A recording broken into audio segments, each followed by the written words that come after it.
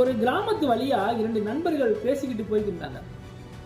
அந்த வழியா வந்த 2 பேர் மரத்துல ஏறி தேன் கூட்டுல இருந்து தேன் எடுத்துக்கிட்டு இருந்தாங்க.